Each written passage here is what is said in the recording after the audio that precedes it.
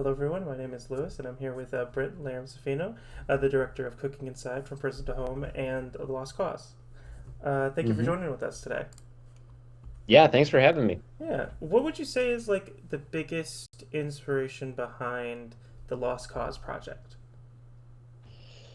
Um, I have a fascination with the South in general.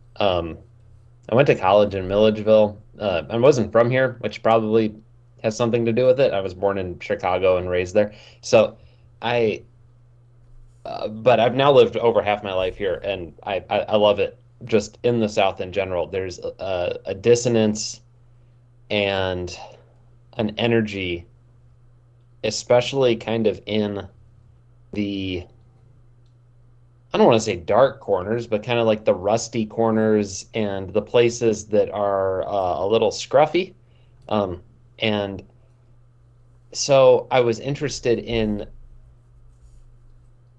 creating a movie that has that energy that I feel that I find both kind of seductive and a little dark and sometimes a little disturbing with like the implications. So I wanted to make a movie about that. And through my own experiences with people I've met and just where I have lived and books, articles that I've read and things like that. The opioid crisis was always really interesting to me. And I thought the opioid crisis was kind of a perfect metaphor for the South in general. Because there's this thing that affects everybody. Um, and it's still very fragmented and it's kind of swept under the rug by some people. And so I liked the idea of connecting the South's history with things that weren't just drugs and poverty, but things like racism and family and community, and the feeling that those things that the past is something that's always kind of alive here, even when we don't like it. Um, so yeah, I think that inspired that all that mess of what I just said just kind of inspired this movie. Yeah. Yeah, I think that's really interesting. Like, so I know it had like some cultish themes. Was that like anything? Like, are you have you always been like really into like cult studies, or or was that more of like a cool idea that you kind of added into the project? Yeah, I find cults just so interesting. The narratives we tell ourselves can build an entire reality. And I feel like especially the things that maybe we maybe got the dirt that maybe got upturned, or in this case, the clay that got upturned that in 2016, and the with the Trump election and that presidency and the pandemic and everything that was kind of going on with people being divided, I just felt like the world was this place, this fragmented place where people's narratives had become their reality. And that just reminds me of a cult. And, or I mean, it doesn't remind me, that is what a cult is. But yeah, so I thought it just kind of worked really well. As I was writing it, it wasn't always about a cult, but it kind of became more and more about a cult. And so I leaned into that a little bit. I think it's a really cool interpretation. Um, I don't know. I really like how you like combined the two, like about the South and the cult. It just was really cool. What do you like want the key takeaway from the Lost Cause to be? Would you say? Ooh, this it's not, I'm not gonna reject this because it's a bad question, but it's more of it leads to something that I feel pretty deeply, which is that I kind of want the takeaway to be what you take away from it, Mm-hmm. um, less than I I think there's less of I'm not really the type of person who's trying to wake people up to a certain reality or a Yeah. thought that I have or a philosophy, but I guess I like movies, especially narrative movies, that really lean into a feeling. And sometimes my favorite movies elicit in me a feeling that I didn't know I have. Mm. But when it presents it to me on screen with audio and visual and all that, I'm like, oh my God, this was in me the whole time. Um, Thank you for pointing that out. And so I guess my hope is if the movie's effective, that it gives people that it maybe people have that feeling. That would be the best thing I could ask for. Yeah. Switching over to the cooking inside, I really like that concept. I thought it was like such an interesting idea. What, like, I know it's kind of the same question with the last, like, but like, what actually like made you want to pursue that idea? Like, what inspired you to make it? Well, the connecting thread between both movies is Adrian Drapal. Adrian is the subject of Cooking Inside. He's also the executive producer of Lost Cause. And the reason both of those things are true is during the pandemic, we went to college together in Milledgeville. And we I hadn't spoken to him for a little while. And I wanted to reach out to him to see. It was after years like of not talking, circumstantially. I was like, Adrian, what's going on? And he was in Georgia, and he was like, let's meet for coffee, and we did. And I found out that while I was telling him all the pandemic related experiences, oh, I've been living this life of being inside a lot. He's been in prison, and I didn't know that. It's that um, he he told me all about it, and that's a whole other story. But he and I don't want to speak too much for him, but he had this kind of desire and really beautiful enjoyment of getting involved, seeing the value of arts, I think, and art in general. He wrote poetry while he was in prison. He also got a sense of people that he didn't maybe like know that well before going in and really had an empathy for now, which is why Lost Cause really resonated with him. When I told him I'm working on this movie, he was like, "Oh man, let's make that movie," because I met those people. And with Cooking Inside, the whole time we were making Lost Cause, he was like, I do want to tell my story, but he didn't know how he wanted to tell it. I think it was still really kind of fresh and raw for him. And one thing we both share is I don't think either one of us is terribly interested in telling a story or a documentary about something like something that serious like prison and making it just like a talking head telling you to feel bad about the world. And Adrian did not want his story to bum people out. So he one day we were just chatting, like having a friend chat, and he was telling me about when he turned 30 on his 30th birthday. He had this he felt really bad because he was in prison, and he was like, I'm turning 30 in prison. What's happened in my life? And it's in the documentary, so I won't spoil the whole thing, but he basically was like, I had the realization that a lot of people when they turn 30 have to do something crazy, like jump out of a plane or go, climb a mountain or get more drunk than they've ever been or something like that. And he was like, I just made tacos and it was so difficult. And I spent a whole week doing it that it made me feel so good to eat a taco or eat Mexican food that, and when he said that and he was explaining all the steps he took to make one meal, I couldn't stop listening to it. I just was like, please tell me every detail as if it was a Zapruder film or like how to, a step by step manual. Uh, and I realized, and that's when I was like, I think we've got the story.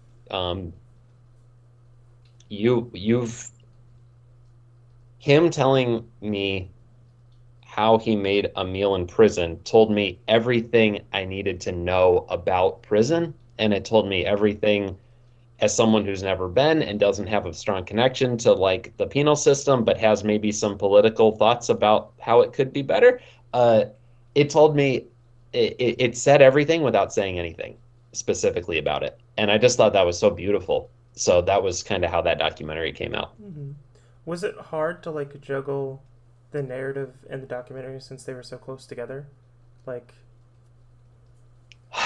I have I have a squiggly little brain. So for me, juggling stuff that's like doesn't totally fit is kind of how my brain like how it operates, that it's not the best quality for making a lot of money in life, or or having people around you make sense of what you're doing at any time. But I really find it more helpful than harmful to have something that's in a different modality, but it's kind of informing the other thing as well. Mm-hmm. I think making Lost Cause was really helpful in that was so much harder from a production standpoint because um, you've got to consider consistency. You're building a world that isn't the world. Uh, with a documentary, you get the liberty of just trying to capture the reality that's in front of you. But we'd had all this practice building this whole world with Lost Cause that I had a kind of a new team of the same DP, Kendrick Varela, the same gaffer, JB Medina, the same sound guy, Nick. Nick, oh my God, he's gonna kill me. But uh, my name's right now. But this was like a new team that we had assembled from making Lost Cause. So we all had a shorthand, and that was great. And Adrian had a shorthand with him because he helped make Lost Cause. I think that helped. Um, yeah, in a way, I felt like both emboldened the other, Mm-hmm. if that makes sense. No, I think that is cool. It's like they're both connected, but kind of not connected at the same time. Yeah. Hmm. What do you think is like the biggest moment you're like the most excited for everyone to see in either project? Like something that you want to see their faces light up while watching. Oh man. Um, it, the I'm having a much more difficult time thinking of that answer for Lost Cause than I am Cooking Inside because Lost Cause was my baby, Mm-hmm. and it was the one that I wrote and directed and partially edited and did all this, like, I was kind of involved in everything in that movie. So for that one, it's there's I'm so happy when anybody takes anything out of it that they like. With Cooking Inside, it's much easier for me to be prideful about it because it's Adrian's story. And so when people get into it, I'm like, yeah, right? Isn't that crazy? I'm so glad you get to experience this like beautiful human. And Cassie Stewart, who I got to meet through the documentary, who's also in it. These two beautiful people is just delightful. So we just did a screening of Cooking Inside in Atlanta here. And it's just so great when the two of them, these two people, but for since this is an audio, or since we're just talking about a movie that isn't present, these two people couldn't look any more different. But they have this cute friendship, and you don't think about people having cute friendships that came from a time spent in prison. But whenever an audience sees the movie, it seems whenever Adrian and Cassie do like share a little smile or like do a chuckle because they say something funny, and sometimes it's about the darkest subject. The audience, you can just feel in the room, they just like warm up and they smile and they're happy, and that makes me that honestly brings me the most joy.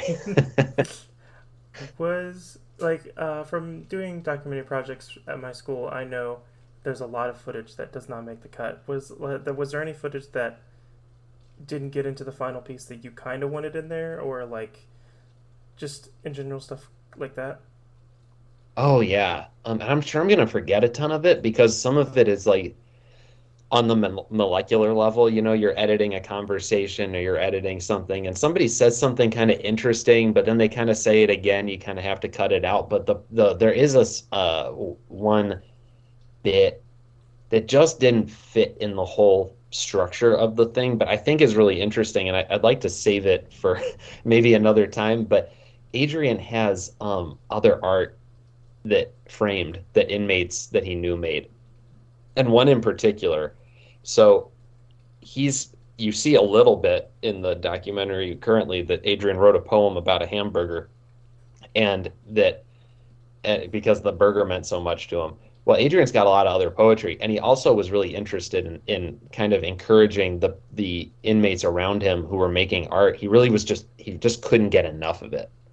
Um, so he's got some framed pieces that he has on his wall now that mean a lot to him, and it's really beautiful.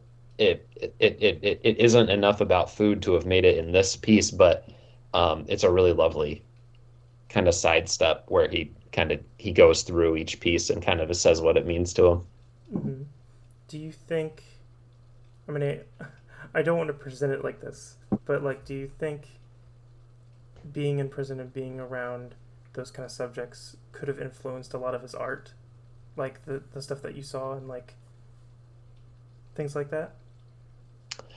Yeah, yeah. I think I'm trying to think of the way Adrian would answer this question, which is probably a dangerous thing to do. But I I think the way Adrian's presented it to me, the incarceration is the reason the art was made. So it's kind of inextricable. But what's kind of nice is that there's a not all of it is about being in prison. Hmm. There's just some of it is just about being a human being. And you just have a lot of time to think about that. You also have kind of an extreme circumstance to be thinking about that.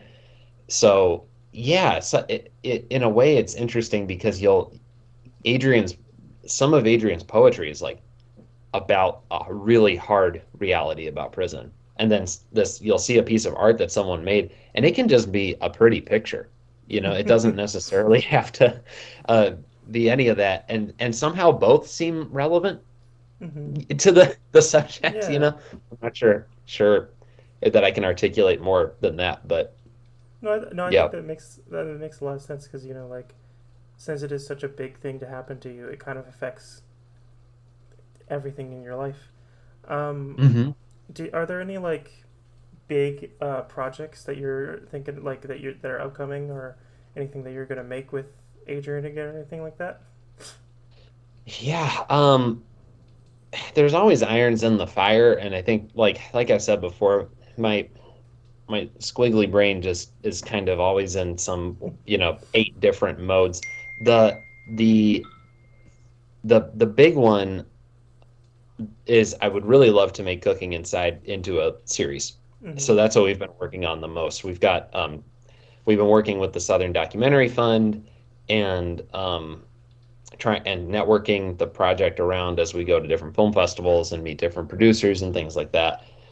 And I've gotten a real education on how this whole process works with series development and things like that that I wouldn't have had, which is kind of it's interesting, it's difficult, but it's fascinating. And yeah, so the pipe dream is that if we could, I would love to do at least 10 of these, but make them all episodic length and then have different people from different demographics who maybe went to prison in different parts of the country. Hmm. Uh, just make a meal. And not all of them are going to be like Adrian, who was a lawyer and is very just like Adrian and Kaz. I think some will be whatever that person wants to lean in. The beauty of the documentary format to me is that like you meet a person and they can lean into a whole different side of the same subject that you didn't Hmm. think about. And so I would love to just for audiences to educate people with this about the really harsh realities of how we like dehumanize people in prison in the US prison system is really great, but also to get different perspectives on that to be able to see those realities with the lightness of telling you how to cook a meal in a really crazy way you didn't think of that's like a science experiment. I feel like you reach more people that way. Um, so yeah, that's been that's been kind of the white whale with this Hmm. project. Um, yeah. I think that's super cool because like how you're saying like it treats you to the harsh realities, but it also shows you how human they can be, and like it brings Hmm. people to remind them about these are just human beings. And it kind of reminds me, have you seen the whole trend going around where people have been doing, I don't know if it's an actual prison food, but the prison ramen where they take hot Cheetos and ramen and they when I was watching your film, it just reminded me like about that trend a little bit. No, for sure. It's funny too. The you make the documentary and your friends, more friends and connections and know about it, then I feel like I don't exist on Tik. I'm an old man. I don't exist on TikTok, but the uh, uh, I get sent TikToks all the time of the prison foods that are made, and some are made, by people in prison, some are made just people making them in their house and stuff like that. And yeah, it's a fascinating subject, and it's something I think you can watch it for a really silly reason to just be like, I like watching food get made in a crazy way. That's fun. Or I didn't know that a Kool-Aid packet could be used to add flavor to my hot pork rinds, like we showed the documentary.